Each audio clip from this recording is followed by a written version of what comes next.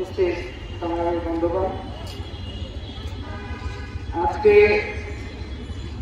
2রা জানুয়ারি শীত পড়ারই কথা। শীত পড়েছে 1975 সালের 2রা জানুয়ারি নিশ্চয়ই শীত আরো বেশি ছিল।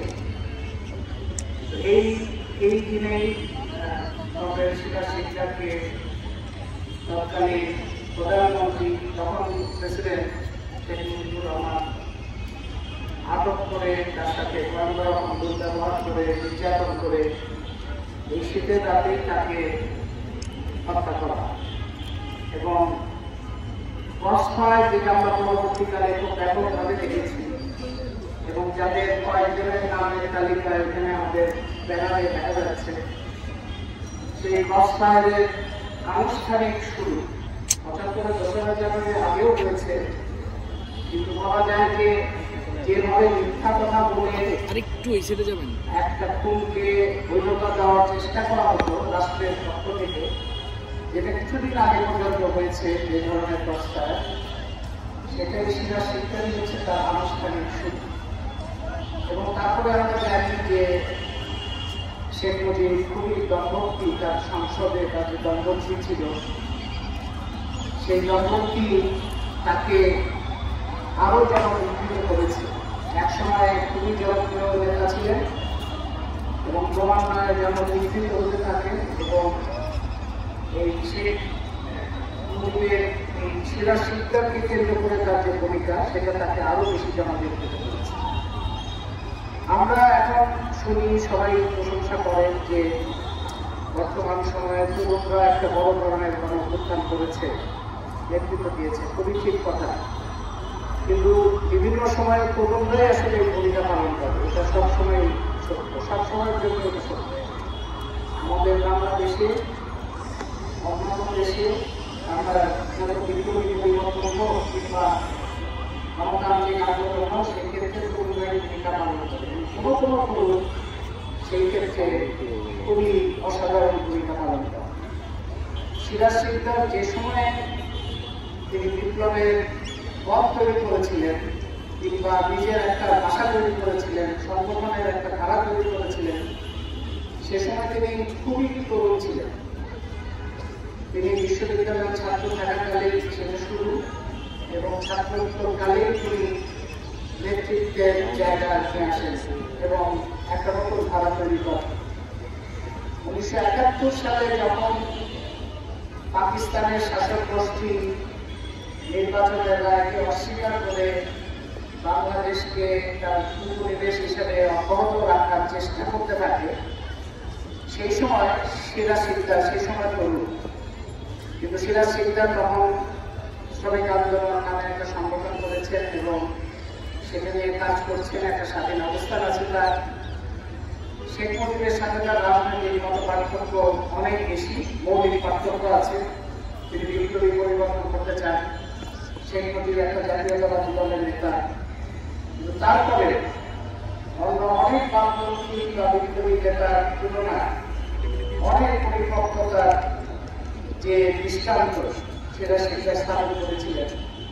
তারই একটা উদাহরণ হচ্ছে তিনি 1 মার্চ যখন এটা পরিষ্কার হয়ে যায় পাকিস্তানে কোনোভাবেই বাংলাদেশের এই পাকিস্তানের নির্বাচনের মধ্যে দিয়ে কোনো পরিবর্তন পাকিস্তানের শাসক গোষ্ঠী সামরিক যাত্রা করতে দেবে না, যখন এটা নিশ্চিত হয়ে যায় যে এই সশস্ত্র যুদ্ধ করতে হবে, সশস্ত্র যুদ্ধই হচ্ছে বাংলাদেশের জন্য অপরিহার্য এবং যেটা ঘোষণা সিরাজ শিকদার আগেই দিয়েছিল, তার 5 বছর আগেই সিরাজ শিকদার স্বাধীন জনগণতান্ত্রিক কর্মমালার কথা বলেছে। তারপরে শেখ মুজিবের সাথে তার যে দূরত্ব, সেই দূরত্বটা যেটা আমি বললাম একটা মৌলিক দূরত্ব। তারপরে 1 মার্চ তিনি শেখ মুজিবকে আহ্বান জানালেন তার নেতৃত্বে যেন একটা জাতীয় নেতৃত্ব তৈরি। শেখ মুজিবের নেতৃত্ব গ্রহণ করতে সিরাজ শিকদারের জন্য আপত্তি ছিল, তার মূল জায়গাটা ছিল পাকিস্তানের সাথে লড়াই করতে হবে এবং যুদ্ধ করতে হবে। শেখ মুজিব যথারীতি শেখ মুজিব সেটা মানেন নাই এবং শেখ মুজিব এই ধরনের কোনো ঐক্যবদ্ধ কোনো ভূমিকা গ্রহণে শেখ মুজিবের কখনোই কোনো আগ্রহ ছিল না এবং স্বাধীনতার পরে আমরা দেখেছি তারপরেই ভূমিকা দেখেছি। কিন্তু সিরাজ শিকদার তার কারণে তিনি দমে যাননি। তার যে যুদ্ধে তার যে ভূমিকা এবং সেখানে কৌশলগত তার যে অবস্থান, যেটা অনেক বিপ্লবী রাজনীতি গ্রহণ করতে পারে না, যেটা সিরাজ শিকদার গ্রহণ করতে পেরেছেন, যে মুক্তিযুদ্ধ করতে হবে এবং পাকিস্তান বাহিনীর বিরুদ্ধে লড়াই, এবং সেই লড়াইটা যদি করতে হয় তাহলে সেটা যে ভালোভাবেই করতে হবে তা সেটা বাংলাদেশেও করা সম্ভব এবং করা উচিত, এবং সেটা স্বাধীনতা বামপন্থী বা বিপ্লবীদের স্বাধীন অস্তিত্ব থাকা উচিত।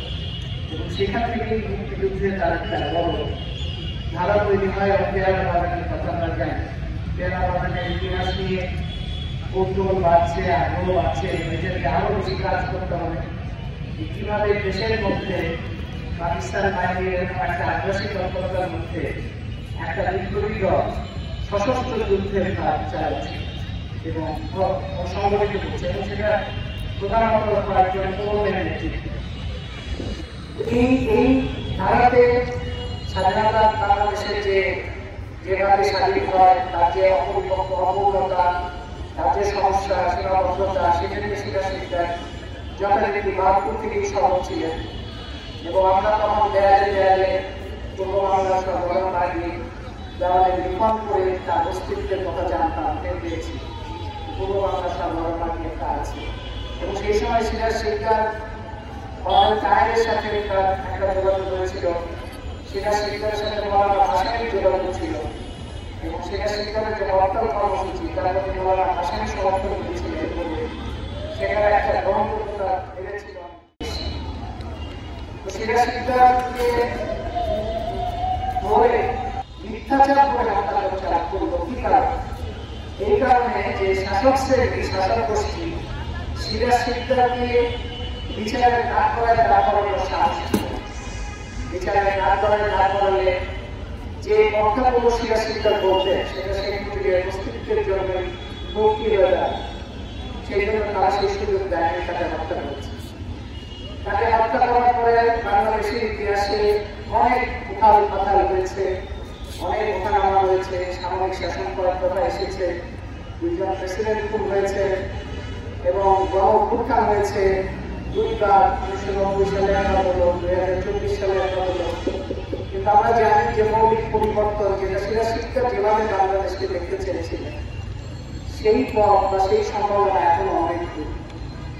বর্তমানে যে পরিবর্তন হয়েছে, গণঅভ্যুত্থানের মধ্যে যে একটা সরকারের পতন হয়েছে, এটা একটা বড় সাফল্য। এই গণঅভ্যুত্থানের একটা বড় সাফল্য যে বিভিন্ন জায়গায় যে ধরনের চাঁদাবাজি, নির্যাতন, যথেচ্ছাচার ঘটছিল, দখল, লুণ্ঠন, সেটা আপাতত বন্ধ হয়েছে। আরেকটা বড় সাফল্য হচ্ছে যে সারা দেশে বহু মানুষ অনেক রকম সংগঠন তৈরি হয়েছে, অনেকভাবে কথা বলার চেষ্টা করছে, সবাই অনেকভাবে চিন্তা করছে বাংলাদেশের ভবিষ্যৎ নিয়ে। এই যে চিন্তা, সৃজনশীলতা কিংবা ভবিষ্যৎ নিয়ে ভাবনার যে একটা পরিবেশ সমাজের মধ্যে তৈরি হয়েছে, আমি মনে করি এখানেই বিপ্লবীদের একটা বড় ধরনের কাজের সুযোগ আছে। বিপ্লবীদের এখন প্রধান কাজ সংগঠন তৈরি করা, সংগঠিত শক্তি তৈরি করা। সংগঠিত শক্তি ছাড়া এবং জনগণের মধ্যে বিস্তৃত সংগঠন ছাড়া আর কোনোভাবেই এই পরিবর্তন সম্ভব না। কিন্তু কখনো কখনো সেই সুযোগও থাকে না। এখন আমি মনে করি সেই সুযোগটা আছে। যতদিন এই সুযোগ আছে, এই সুযোগটা খুবই সক্রিয়ভাবে এবং যোগ্যতার সঙ্গে, দক্ষতার সাথে সকলের ব্যবহার করা উচিত এবং নিজেদের সংকীর্ণতা কিংবা সীমাবদ্ধতা, আত্মসমালোচনা, যান্ত্রিক আত্মসমালোচনা না করে নিজেদের সীমাবদ্ধতা বোঝার চেষ্টা করা, জনগণের সাথে সম্পর্ক স্থাপনের যে সমস্ত জায়গাগুলো, এই জায়গাগুলো তৈরি করা, এগুলোর এই সুযোগটা কাজে লাগাতে হবে। অনেকে বলে যে জুলাই আগস্টে যে পরিবর্তন হয়েছে সেটা একটা বড় ধরনের, অনেকে বলে যে একটা বিপ্লব কিংবা কেউ কেউ যে প্রোক্লেমেশন, যেন বিপ্লবী ঘোষণা দেওয়া কথাবার্তা আমরা শুনতে পাচ্ছি। এটা আমাদের মনে হয় পরিষ্কার হওয়া উচিত যে যে ধরনের রাজনৈতিক শক্তি বিন্যাস আছে কিংবা সরকারের যে উৎস কিংবা ধরন, তাতে বিপ্লবী পরিবর্তনের কোন সম্ভাবনা দেখা এটা খুবই দুর্বল একটা চিন্তা, দুর্বল এবং অপরিপক্ক চিন্তা। এখান থেকে বিপ্লবী পরিবর্তনের কোনো সম্ভাবনা। এই গণঅভ্যুত্থানের মধ্যে দিয়ে যে পরিবর্তন হয়েছে সেখানে একটা ক্ষেত্র তৈরি হয়েছে, সুযোগ তৈরি হয়েছে বিপ্লবী শক্তির পুনর্গঠন। সেইটাই হচ্ছে প্রধান জায়গা। কিন্তু এই গণঅভ্যুত্থানের মধ্যে দিয়ে এই সরকার কিংবা এই গণঅভ্যুত্থানের সাথে যে সমস্ত শক্তি আছে সেখানে আমরা দেখতে পাচ্ছি বিভিন্ন ধরনের শক্তি আছে, এবং যারা অন্তর্বর্তী সরকারে আছেন বা তার সাথে যুক্ত যে সমস্ত ছাত্র নেতৃবৃন্দ আছে তাদেরও সীমাবদ্ধতা আছে। তারা তো প্রস্তুত ছিল না। এই গণঅভ্যুত্থান পরবর্তী সরকার কি হবে, সমাজ কি হবে, এখানে কোনো প্রস্তুতি কিংবা পূর্ব চিন্তা যে কারো ছিল না, সেটা আমরা পরবর্তী ঘটনাগুলি থেকে বুঝতে পারি।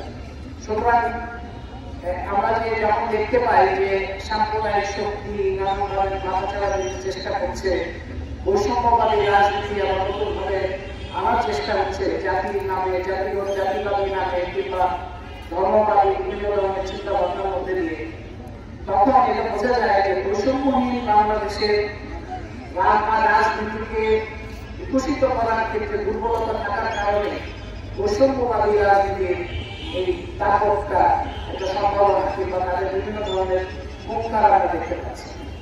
সেই জন্য এই সময়ে এই বৈষম্যবাদী রাজনীতির যত ধরন আছে, সেটা আওয়ামী লীগ, বিএনপি, জাতীয় পার্টি, জামাত সহ সমাজের মধ্যে বৈষম্যবাদী যে সমস্ত চিন্তা এবং যে সমস্ত দর্শন কিংবা যে সমস্ত সাংগঠনিক ধারা, সেগুলি মোকাবেলা করতে হবে। তো সেইখানে শ্রেণী প্রশ্নটা খুব গুরুত্বপূর্ণ, শ্রেণী রাজনীতি খুব গুরুত্বপূর্ণ, সাম্রাজ্যবাদ বিরোধী সুনির্দিষ্ট অবস্থান খুব গুরুত্বপূর্ণ, এবং রাষ্ট্রের এই পরিবর্তনটা করতে গেলে জনগণের মধ্যে যে সংগঠিত অবস্থান তৈরি করা, সেই বোধটা তৈরি করা খুব গুরুত্বপূর্ণ। আমি আশা করি আমরা যারা এই পরিবর্তন চাই, আমাদের নিজ অবস্থান থেকে এই কাজের তো অসংখ্য দিক আছে। এটা যেমন রাজনৈতিক সংগঠন আছে, শ্রমিক, কৃষক, নারী, তারপরে বিভিন্ন ধরনের পেশাজীবী, শিক্ষার্থী সংগঠন যেমন আছে, সাংস্কৃতিক তৎপরতা সেরকম দরকার আছে, বুদ্ধিভিত্তিক কাজ খুবই গুরুত্বপূর্ণ, সেই কাজ আছে। সমস্ত ক্ষেত্রে যার যেখানে শক্তি আছে সেটা সর্বোচ্চ সক্রিয়তা দিয়ে এই জায়গাটা, এই সময়টায় এই ভূমিকাটা পালন করলে এই গণঅভ্যুত্থান পরবর্তী যে পরিস্থিতি, সেই পরিস্থিতিটা একটা বিপ্লবী পরিবর্তনের দিকে যেতে পারে। সেই জায়গাতে আমরা আমাদের সর্বোচ্চ শক্তি বিয়োগ করবো, এই প্রত্যাশা রাখি এবং এই আহ্বান রাখি দেখে, এবং কংগ্রেস শিক্ষার প্রতি আবারও শ্রদ্ধা জানিয়ে আমি আমার মত ধন্যবাদ।